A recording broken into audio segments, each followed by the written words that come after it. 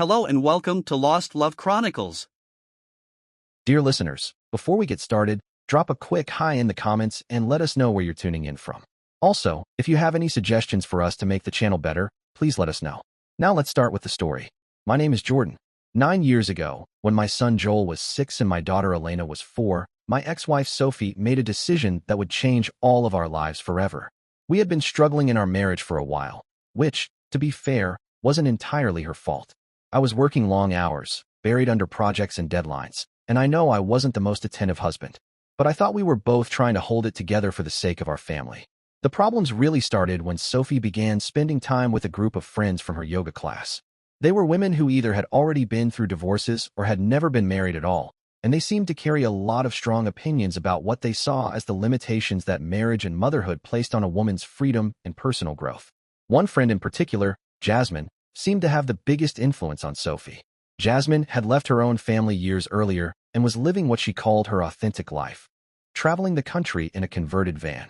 She kept telling Sophie that she was wasting the best years of her life by being tied down to me and the kids. At first, I told myself it was just a phase. I even tried to support Sophie's need for some breathing room. Take a weekend trip, I suggested. Go clear your head with your friends. I'll handle the kids. I hoped that would help, that giving her space would ease the tension and maybe remind her of what we still had. But it didn't help. If anything, it made things worse. The more time she spent away, the more distant she grew, and the more convinced she became that she had made a huge mistake by getting married and having kids so young. Then came the trip to the beach, what I thought was going to be a chance for us to reconnect, to remember why we fell in love in the first place. The first couple of days were fine, but after that, Sophie barely seemed present. She was always on her phone, texting or calling Jasmine and her friends. I tried to talk to her. Sophie, can you please put the phone down? We're supposed to be on vacation as a family, I said one evening, trying to keep my voice calm. She looked at me blankly. I'm just talking to Jasmine, she said, brushing me off. I know, but it feels like you're somewhere else completely. We need this time together, I pleaded. She sighed, frustrated. Jordan, you don't understand. I feel trapped. I need to figure out who I am before it's too late. That night, after we'd put Joel and Elena to bed, she asked me to sit down. I'll never forget the look on her face, this strange mix of exhaustion and determination. Jordan, I can't do this anymore, she began. I can't keep pretending I'm happy. I've made up my mind. I'm leaving. I stared at her, numb. Leaving? What do you mean, leaving? I mean, I'm going to California. Jasmine has a place for me there.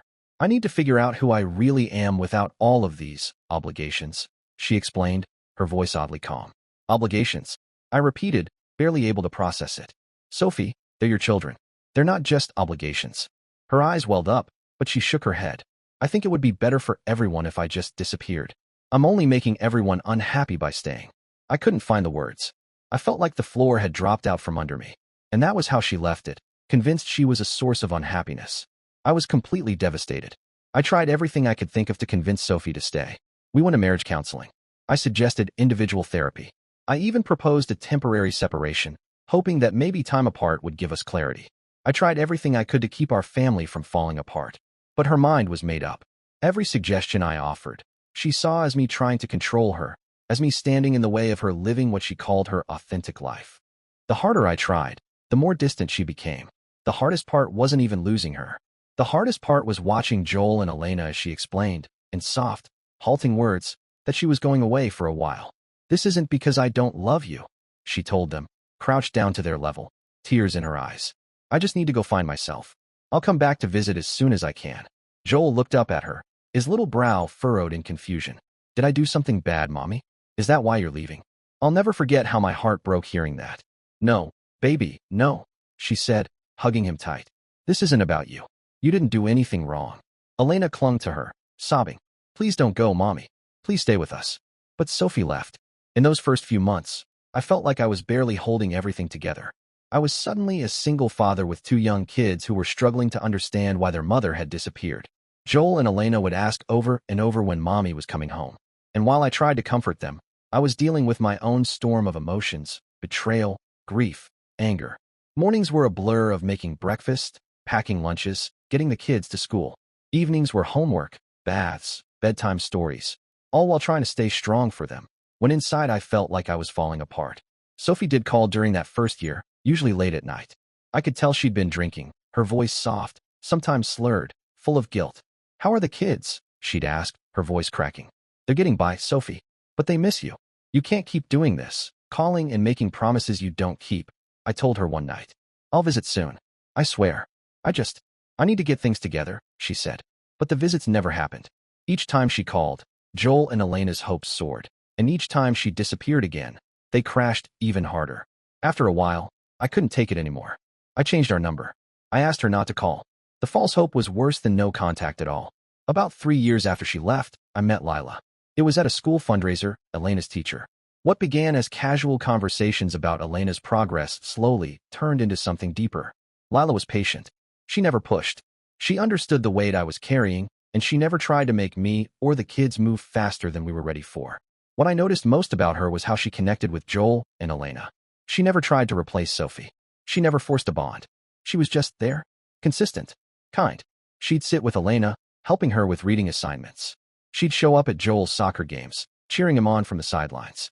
Little by little, she became part of our lives, not in a big dramatic way, but in small, steady steps that earned their trust. After Lila and I had been together for about 2 years, we started talking about adoption. It wasn't my idea, it was hers. "I love them, Jordan, and I want to be their parent, no matter what happens between us," she told me one night, as we watched the kids play in the yard. Because Sophie had disappeared completely, no calls, no support, no contact, the adoption process was smoother than I'd expected. Legally, it was abandonment. When the adoption was finalized last year, it was one of the happiest days of our lives. Joel is 15 now, and Elena is 13, and I'm so proud of the incredible teenagers they've become. They've grown strong and kind, and they've formed a deep bond with Lila, who they now call Mom, completely on their own. It was never forced, never even suggested. It just happened naturally because Lila was there, day in and day out, showing up for them. They still remember Sophie, of course, but over time those memories have faded, replaced by the reality of the family they have now. Sophie had become more like a figure from a distant chapter of their lives, not someone they thought about in any real, ongoing way. Then, 3 weeks ago, everything got turned upside down again. Sophie showed up at our front door, out of nowhere. I couldn't believe it when I opened the door and saw her standing there. She looked older, sure, but otherwise much the same. "Jordan," she said, her voice catching, "I've been thinking about you all so much. I realize now that leaving was the biggest mistake of my life. I want to come back." I was stunned. I just stood there for a second trying to gather my thoughts. Finally, I stepped aside and let her in. "Come in. Let's talk," I managed to say. We sat at the kitchen table, and I called Lila at work. "Hey," I told her quietly, "you should probably come home. Sophie's here." Lila was home within half an hour, calm but understandably tense. She was incredibly gracious, even offering Sophie a cup of coffee, though I could see how hard it was for her. Sophie, meanwhile, spilled out everything. "I spent 9 years traveling," she began, voice shaking. "Different jobs, different relationships, different cities. I thought I was finding myself, but I wasn't. Nothing ever gave me what I was looking for. And then I realized my happiness was always here. With you. With the kids." I listened, trying to process. She sounded genuinely remorseful, but there was something painfully naive in how she talked, as if she could just pick up where she left off. "I'd like to be a part of their lives again," she said. "I could help with homework, go to their games, maybe take them on trips. I just want a chance to rebuild our relationship." Lila and I exchanged a glance. Before we could even begin to respond, the front door opened. The kids were home. Joel stopped in his tracks, staring at Sophie sitting on the couch. His face went red, and I could see the anger bubbling up. "What are you doing here?" he demanded, his voice sharp. "Do you think you can just come back and act like nothing happened?" Elena didn't even say anything. She stepped behind Lila, clutching her sleeve, refusing to look at Sophie at all. Sophie looked completely broken in that moment, but she tried to pull herself together. "I know you're angry. I understand. But I'm here now, and I want to be part of your lives again. We can take it slow." Joel shook his head fiercely. "There's nothing you can do. Nothing. You were gone for 9 years. 9 years. We already have a mom, one who cares about us, who didn't leave." Sophie started to cry, but neither Joel nor Elena moved toward her. After a few painful, quiet minutes, Sophie stood up to leave, still wiping tears from her face. After she was gone, Lila and I sat down with Joel and Elena. I took a deep breath, trying to keep my voice calm. "Okay," I said, "we need to talk about this. About Sophie coming back. We want to know what you both want us to do." I made it clear to Joel and Elena that Lila and I would support whatever decision they made. I didn't want them to feel any pressure to have a relationship with Sophie if they truly didn't want one. We all sat around the kitchen table, the 4 of us, and I could see how tense the kids still were. Look, I said gently, this is your choice. You don't have to do anything you don't want to do. We'll stand by you no matter what. Joel was the first to speak, voice steady but cold. I don't want to see her. I don't want her coming here again. She made her choice, Dad. She left. Elena nodded, close to tears but trying to be strong. I don't want her talking to me at school, either. I have a mom. I don't need her. Okay, I said, taking a breath. We'll make sure she knows. So I called Sophie that evening. She picked up almost immediately. Jordan, she answered, hopeful. Hey, Sophie. I started carefully. I need to talk to you about what the kids want. She was quiet on the other end, waiting. They've told me they don't want contact. I continued. They don't want visits, they don't want calls, and they don't want you coming to their school. They're happy with the family they have now, and I'm going to respect that. There was a long pause, and then her voice cracked. You poisoned them against me, didn't you? You turned them against their own mother. No, I said firmly, I didn't. They're old enough to make up their own minds. I'm not going to force them to have a relationship with you if they don't want it. You walked away, Sophie.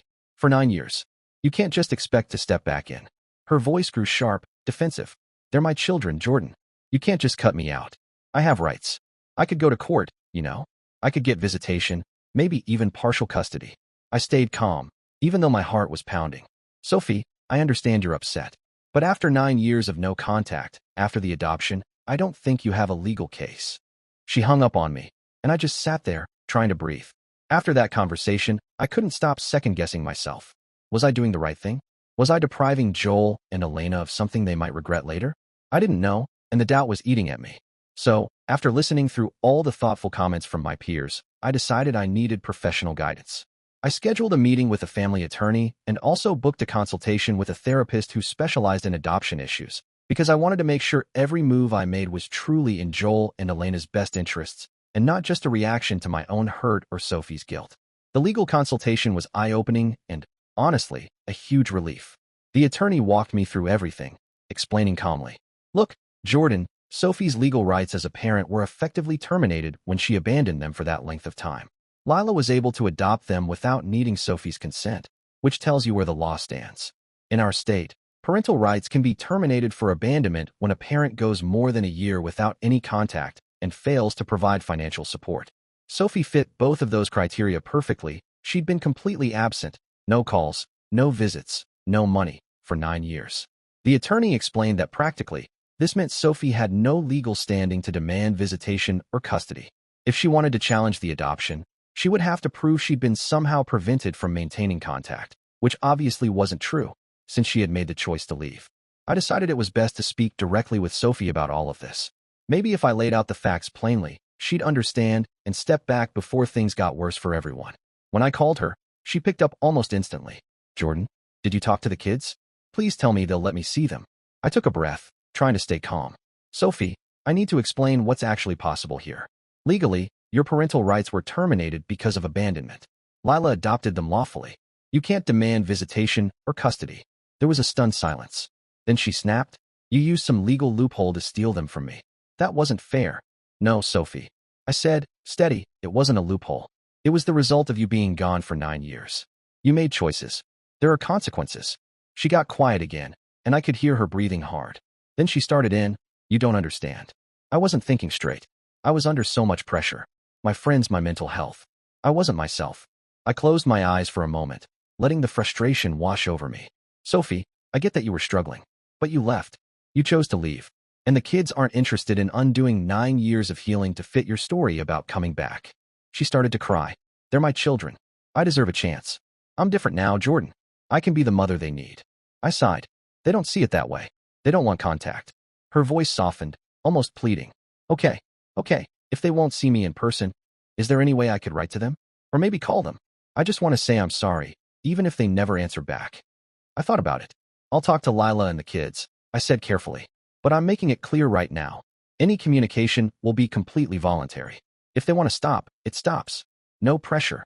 Okay, she whispered. I understand.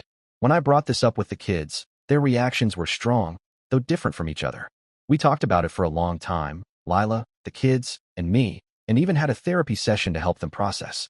Elena surprised me by saying, I don't mind if she has my phone number. I might want to talk sometimes. But it doesn't mean I want to see her, Dad. And if it feels bad, I want to be able to block her. Of course, I told her. You're in control of it. If you ever want to stop, just say the word. Joel was crystal clear. No, I don't want her calling me or writing to me. Nothing. She's not my mom. Lila is. I nodded. Okay, Joel. I'll tell her you don't want any contact at all. And she has to respect that. Completely. So yesterday, after a lot of back and forth, I finally gave Sophie Elena's phone number. Joel surprised me by giving his number, too, though he was very clear about where he stood. I'm not promising I'll answer, he told me firmly. And if I change my mind, I'm blocking her. That's completely fine, Joel, I reassured him. You have every right to do that. Before handing over the numbers, I made sure to set clear ground rules with Sophie. Listen, I told her over the phone, if you're going to have contact, you need to respect the kids' boundaries. Once or twice a week at most. No calling during school hours, and absolutely no late-night calls. Sophie's voice trembled with relief. Thank you, Jordan. I promise, I'll respect their boundaries. I won't push them. Even as I hung up, I couldn't shake the feeling of unease. Part of me worried this would only feed Sophie's hopes that she could somehow come back into their lives fully, which might just lead to more pain and disappointment for everyone. But I didn't want to shut down Elena's curiosity, either, and I knew I couldn't keep making decisions for them forever. For a few days, it seemed okay. Sophie called Elena twice that first week. Elena picked up both times and was polite enough, talking about school and her hobbies. But afterward, she pulled me aside in the kitchen, looking uncertain. Dad, it just feels weird, she admitted. She talks like she knows me, but she doesn't really know me. I don't know what to say. You don't have to force it, I told her gently. If it feels too hard, you can step back. You're in charge of this. Joel, meanwhile, refused to answer any of Sophie's calls at all. When she tried ringing him several times in one day, he blocked her number without hesitation. I respected that. It was the boundary he'd set, and I was proud of him for standing by it. The real problems started this week. Elena has been swamped with midterm exams and a big presentation that has her totally stressed. She didn't have time, or honestly the emotional energy, for awkward conversations with someone she barely knew. So she stopped picking up Sophie's calls for a few days. Instead of understanding that Elena was busy, a normal thing for a 13-year-old with a lot on her plate, Sophie started spiraling. She called more and more, voicemails piling up one after the other, growing increasingly frantic. Elena, please call me back. Sophie's voice sounded tight with panic on the recordings. I'm worried. Did I say something wrong? Is someone stopping you from talking to me? Elena showed me some of Sophie's voicemails, and I'll be honest, they were deeply concerning. Sophie sounded frantic, almost desperate, talking about how much she missed Elena, how important their conversations were for her mental health, and how this was her only hope for rebuilding their relationship. One message in particular made my stomach twist. Sophie's voice was trembling as she said, Elena, not hearing from you brings back all my feelings of loss and regret. Please, I need to hear from you. When I talked to Elena later that night, she was sitting on her bed, hugging a pillow to her chest, her shoulders tense. Dad, she said, eyes shining with tears, these messages make me feel so guilty. Like I'm doing something wrong. I sat down next to her. Elena, you aren't doing anything wrong. You don't owe Sophie anything. You're allowed to have your own space, okay? She nodded, wiping her eyes. It just feels like talking to her is homework. It's not something I want to do. Then you don't have to. I told her gently. If you need a break, you can take a break. You don't have to answer any calls, and you don't have to feel bad about that. Elena sighed in relief, and we agreed together that she would pause all phone contact to focus on her midterms and have space to think through what she wanted going forward. I really thought that would give everyone a chance to breathe. But instead of giving Elena space, or even calling me to ask what was going on, Sophie made a choice that completely destroyed any shred of trust I'd been holding on to. Yesterday afternoon, my phone rang, and I saw the school counselor's name pop up. My heart sank immediately. Mr. Reynolds. The counselor began, her tone cautious. We had a situation today. An unknown woman came to the front office at lunch, claiming to be Elena's biological mother and demanding to see her. My chest tightened. Sophie, I breathed. The counselor confirmed it. Yes.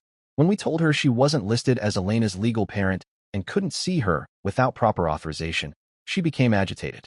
She insisted the records were wrong, that she was Elena's real mother. It escalated. She started trying to walk through the halls to find Elena on her own, so we had to involve security and then the police. I closed my eyes, fighting off a wave of rage and disbelief. When I picked Elena up later that day, she was already waiting by the school entrance, arms crossed tightly, looking so small and so upset. She climbed into the car without saying a word, staring out the window. I waited until we pulled away before I spoke. Elena, I began softly, do you want to talk about what happened? Her voice was small and shaky. Why did she come to school, Dad? Is she going to keep showing up places? Elena was supposed to feel safe at school. That was her space, her routine, her comfort zone.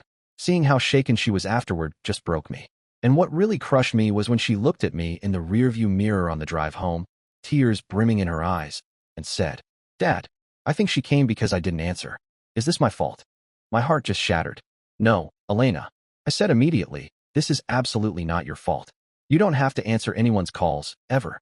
You are not responsible for what an adult does. Do you hear me?" She nodded, but I could see how heavy it still felt on her shoulders.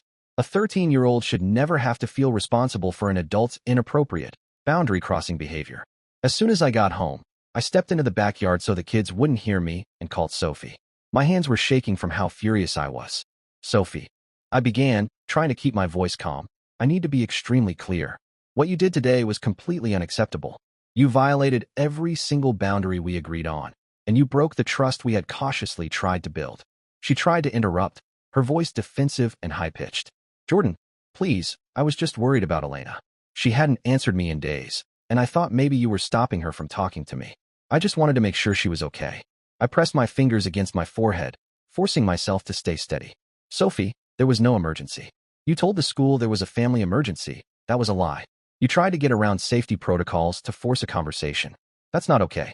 Her voice cracked, turning emotional and dramatic.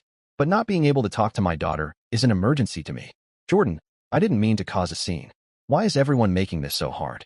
All I want is to have a relationship with my children." That was the moment it hit me just how deeply Sophie misunderstood the situation. In her mind, every obstacle was an unfair attack on her rights. She couldn't see that Joel and Elena are their own people with their own feelings, and they have the right to choose how to protect themselves. I took a long breath, my jaw tight. "Sophie, listen carefully. Your behavior today was scary for Elena. It created exactly the kind of drama we've been trying to protect her and Joel from. You've shown me you cannot respect their boundaries, and I cannot allow that." She started crying, her words coming out in gasps. "You're being cruel. You're punishing me for one mistake. You're trying to cut me off from them forever. This isn't about punishment," I said, my voice hardening.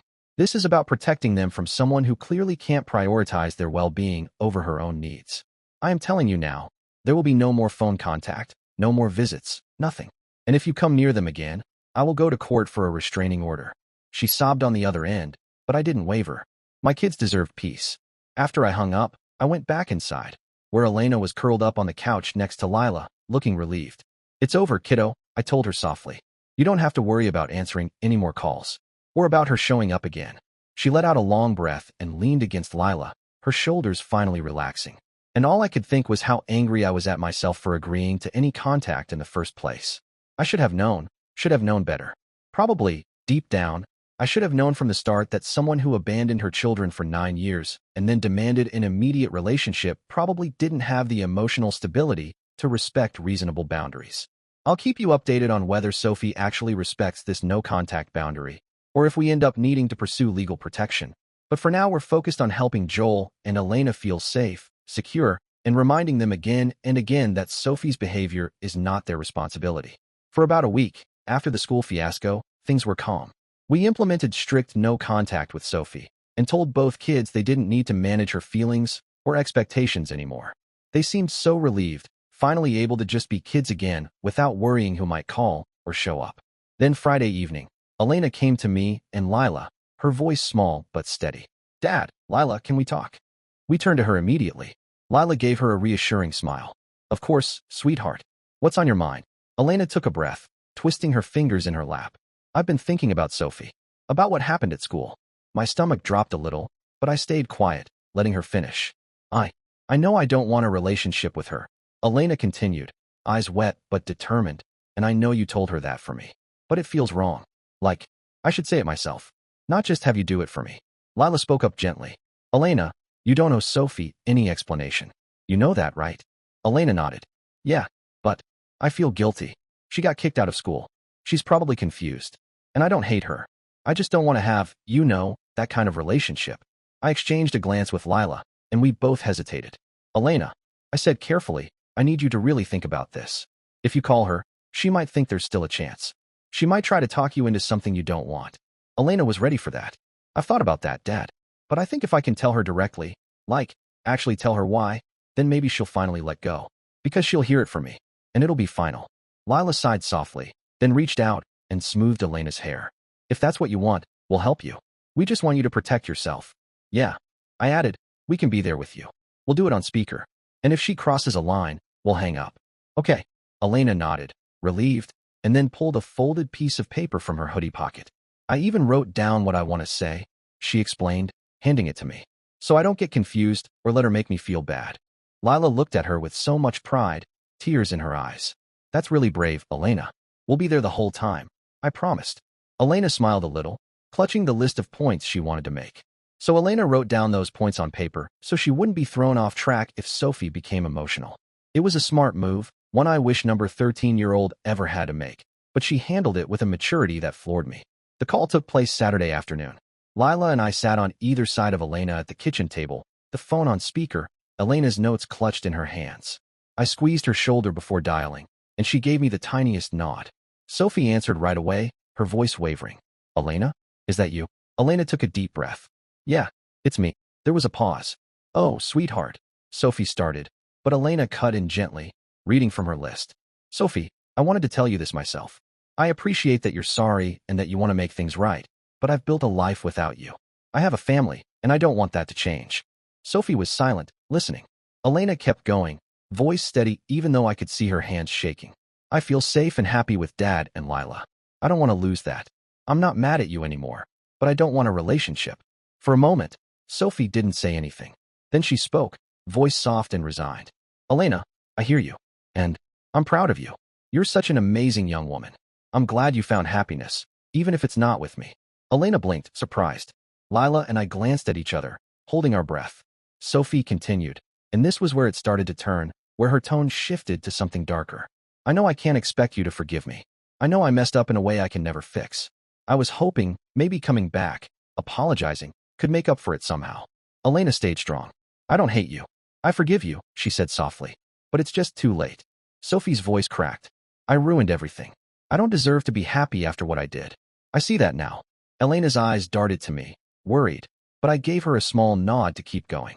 I'm sorry. Sophie went on, for everything. For all the pain.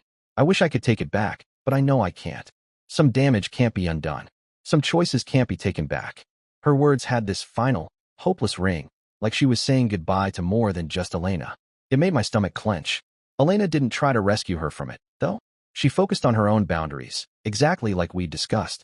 I really hope you find a way to be happy, Elena told her, voice small but clear, but we won't be talking again. There was a pause. Then Sophie's voice came through, fragile. Thank you for being brave enough to tell me. I hope you have a wonderful life, Elena. I'm sorry for bringing all this pain back into your life. Goodbye, Sophie, Elena said. Goodbye. The line went dead. Elena set the phone down and leaned back, letting out a huge breath. You okay? I asked. She nodded, though tears slid down her cheeks. Yeah, I'm okay. I'm glad I said it. I feel lighter. Lila reached over to hug her, and Elena melted into her arms. We spent the rest of the weekend just being there for her. She was emotionally drained, but also at peace, finally done carrying around the guilt or confusion about what to say. We really thought, and still believe, that this conversation gave both Elena and Sophie the closure they needed. It had been painfully hard, but in the end, it was the healthiest way to end this chapter. But then this past Tuesday morning, I got a phone call that changed everything and made me question whether we should have handled this situation differently from the very beginning. It was from a hospital social worker in the city where Sophie has been living. She spoke gently, identifying herself, and then said, Mr. Sanders, I'm calling to inform you that Sophie has been admitted to our psychiatric unit following what appears to have been a suicide attempt. My heart nearly stopped. What? A suicide attempt? I blurted out, my voice cracking. The social worker sighed softly. Yes. She took an overdose of prescription medication Monday night. Her landlord found her after she failed to pay her rent, and he called 911. She had left a note apologizing to her family, saying she realized she had lost her children forever and couldn't live with the guilt. I felt like someone had kicked me in the chest. I had to grip the kitchen counter to stay upright. Is she going to be okay? I managed to ask. Physically, she's stable. She's receiving psychiatric care now, the social worker replied. Mr. Sanders, she listed you as her emergency contact from years ago, and the hospital tried to reach family. My mind was reeling. We'd been divorced for 9 years. I hadn't even considered that my contact info might still be on her paperwork. I didn't know. I stammered. Look, We've been divorced for a long time. She abandoned our children 9 years ago, and any contact with her has been extremely destabilizing for them. There was a pause on the other end. Then the social worker spoke carefully. I understand. Can you help us identify any other family who might be able to support her? I took a shaky breath. Her sister. I can give you her sister's contact. Please, reach out to her. Sophie shouldn't be alone, but my kids and I can't be involved in this. That makes sense, she said calmly. We won't involve your children or pressure them to have contact. We will focus on connecting Sophie with the resources she needs. Thank you. I whispered, my head spinning. After I hung up, I told Lila what had happened. She was as shocked as I was. Do you think Elena's call might have pushed her over the edge? Lila asked gently, worry etched into her features. I rubbed my face, completely exhausted. I don't know. I honestly don't know. Maybe hearing the truth was too much. Lila sighed. But Elena had a right to say how she felt. You can't hold Elena responsible for Sophie's choices. I know, I said, but my gut still twisted with guilt. It just feels like maybe we should have seen the signs or handled things differently. Lila rested her hand on mine. Jordan, you protected your kids. That was the priority. No one can predict what Sophie might do. I nodded, but the guilt didn't fade. Even days later, it's still eating at me. Did I miss a warning? Did I fail to see how fragile Sophie really was? Should I have managed things more carefully, even though my kids deserved the safety and stability we fought so hard to build? The social worker promised to keep Sophie's treatment separate from us and to help connect her to mental health services and family support that didn't involve Elena and Joel. I gave them Sophie's sister's number and asked them again to keep us out of her care plan. It's been several days since that call, and the worry is still there, tangled up with regret and 1,000 questions I can't answer. Did I do the right thing? Did I put Sophie at risk by helping my kids protect their own peace? For now, all I can do is focus on helping Joel and Elena feel secure, reminding them, over and over, that Sophie's pain is not their responsibility, and they are not to blame for her actions.